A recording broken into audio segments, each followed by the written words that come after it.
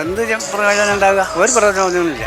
സത്യം പറഞ്ഞു കഴിഞ്ഞാൽ ഇതൊരു തട്ടിപ്പായിട്ടാണ് എനിക്ക് കൃത്യമായിട്ട് മനസ്സിലാകുന്നത്. പിണറായി മുഖ്യമന്ത്രിയുടെ തള്ളു കേട്ടു പിരിഞ്ഞുപോയി എന്നതിലപ്പുറം മറ്റൊരു നേട്ടവും ഉണ്ടായതായിട്ട് നമുക്കറിയാൻ സാധിച്ചിട്ടില്ല. ഒന്നുകൊണ്ടും ഇല്ല. ഇപ്പം ശരിയാവും എന്ന് പറഞ്ഞാൽ എല്ലാം ശരിയായി. ഇനി എന്താ അടുത്ത് ശരിയാവില്ല എന്താണെന്ന് അറിയാൻ പറ്റണില്ല. ഒരു പ്രയോജനമില്ല. പ്രതിപക്ഷത്തിന്റെ വിചാരണാ സദസ്സും ഭരണപക്ഷത്തിന്റെ നവകേരള സദസ്സും ഈ ദിവസങ്ങളിൽ നമ്മുടെ പ്രദേശത്തുകൂടി കടന്നുപോയി. ഇതുകൊണ്ട് ജനങ്ങൾക്ക് എന്തെങ്കിലും പ്രയോജനമുണ്ടായോ? വരും നാളുകളിൽ ജനങ്ങൾക്ക് എന്തെങ്കിലും പ്രയോജനമുണ്ടാകുമോ? ജനങ്ങൾ തന്നെ പറയട്ടെ.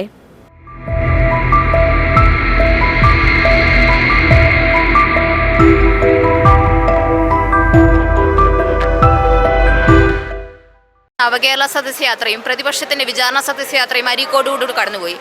ഇതുകൊണ്ട് ജനങ്ങൾക്ക് എന്തെങ്കിലും പ്രയോജനം ഉണ്ടാവും തോന്നുന്നുണ്ടോ? എന്ത് പ്രയോജനം ഉണ്ടാകുക? ഒരു പ്രയോജനമൊന്നുമില്ല.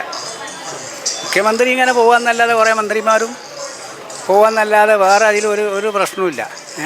അപേക്ഷകൾ ഇങ്ങനെ വാങ്ങണ്, ലക്ഷക്കണക്കിന് അപേക്ഷ വാങ്ങുന്നുണ്ട്.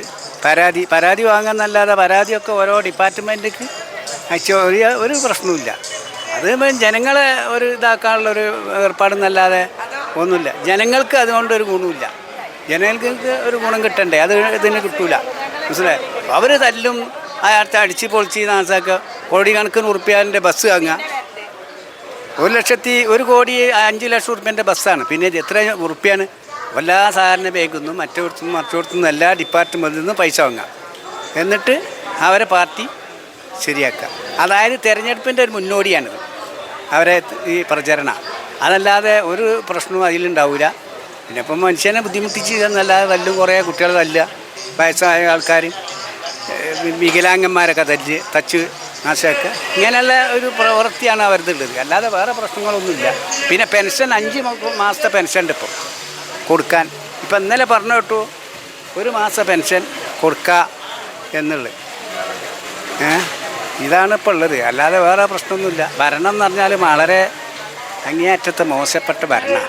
ഒരു സാധനത്തും വില, ഏത് സാധനത്തിന് വില ഇല്ലാത്തത്? മുഴുവൻ കംപ്ലീറ്റ് വില.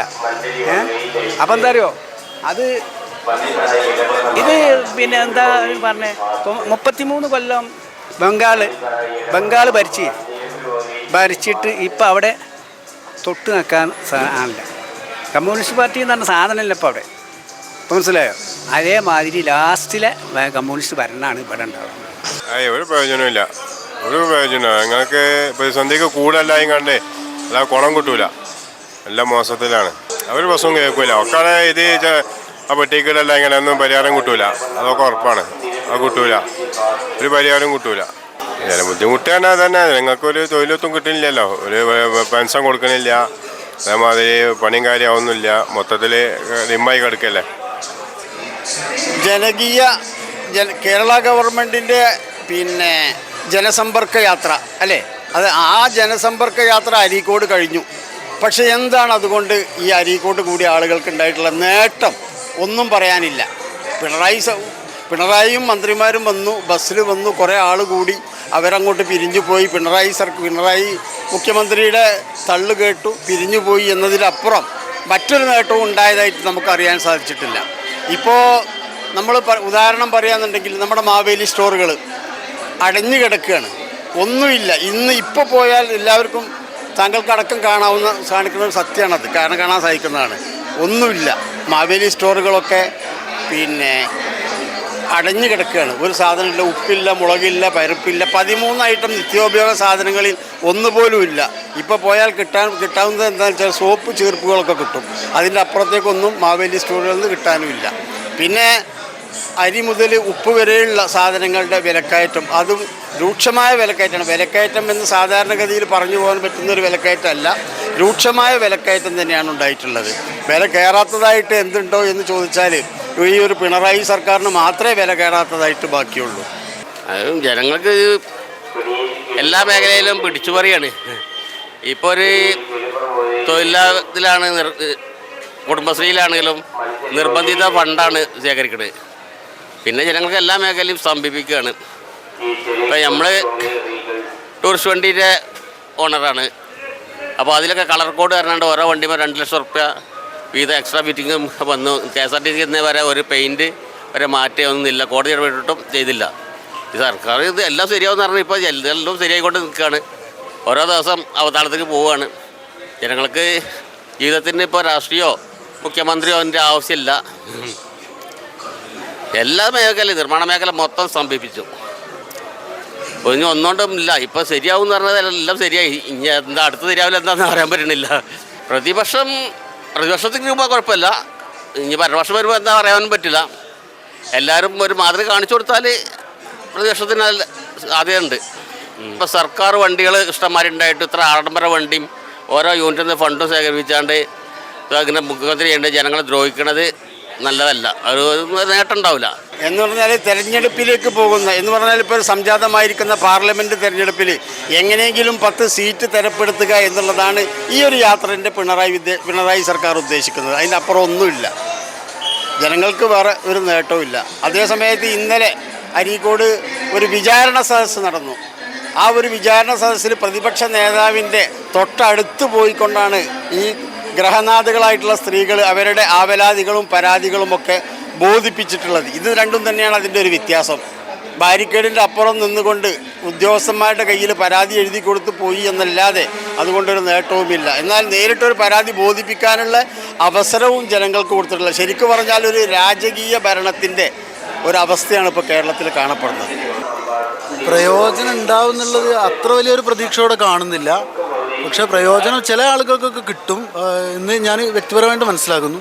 പക്ഷേ പൂർണ്ണമായിട്ടുള്ള ഒരു അർത്ഥത്തിലേക്ക് സത്യം പറഞ്ഞു കഴിഞ്ഞാൽ ഇതൊരു തട്ടിപ്പായിട്ടാണ് എനിക്ക് കൃത്യമായിട്ട് മനസ്സിലാകുന്നത്. കാര്യം ആളുകളെ പിടിച്ചെടുക്കാൻ വേണ്ടി, അതായത് നഷ്ടപ്പെട്ടു പോയ ഒരു പ്രതാപത്തെ തിരിച്ചെടുക്കാൻ വേണ്ടിയിട്ടുള്ള ഒരു ശ്രമമാണ്. പക്ഷേ ഈ ശ്രമം അതിനേക്കാൾ വലിയ ഒരു പരാജയത്തിലേക്ക് പോവുകയാണെന്നുള്ളതാണ് മനസ്സിലാക്കുന്നത്. ജനസമ്പർക്കം ഈ നാട്ടിൽ വളരെ വിജയകരമായിട്ട് ഉമ്മൻചാണ്ടി സാറ് കാണിച്ചു തന്നിട്ടുണ്ട്.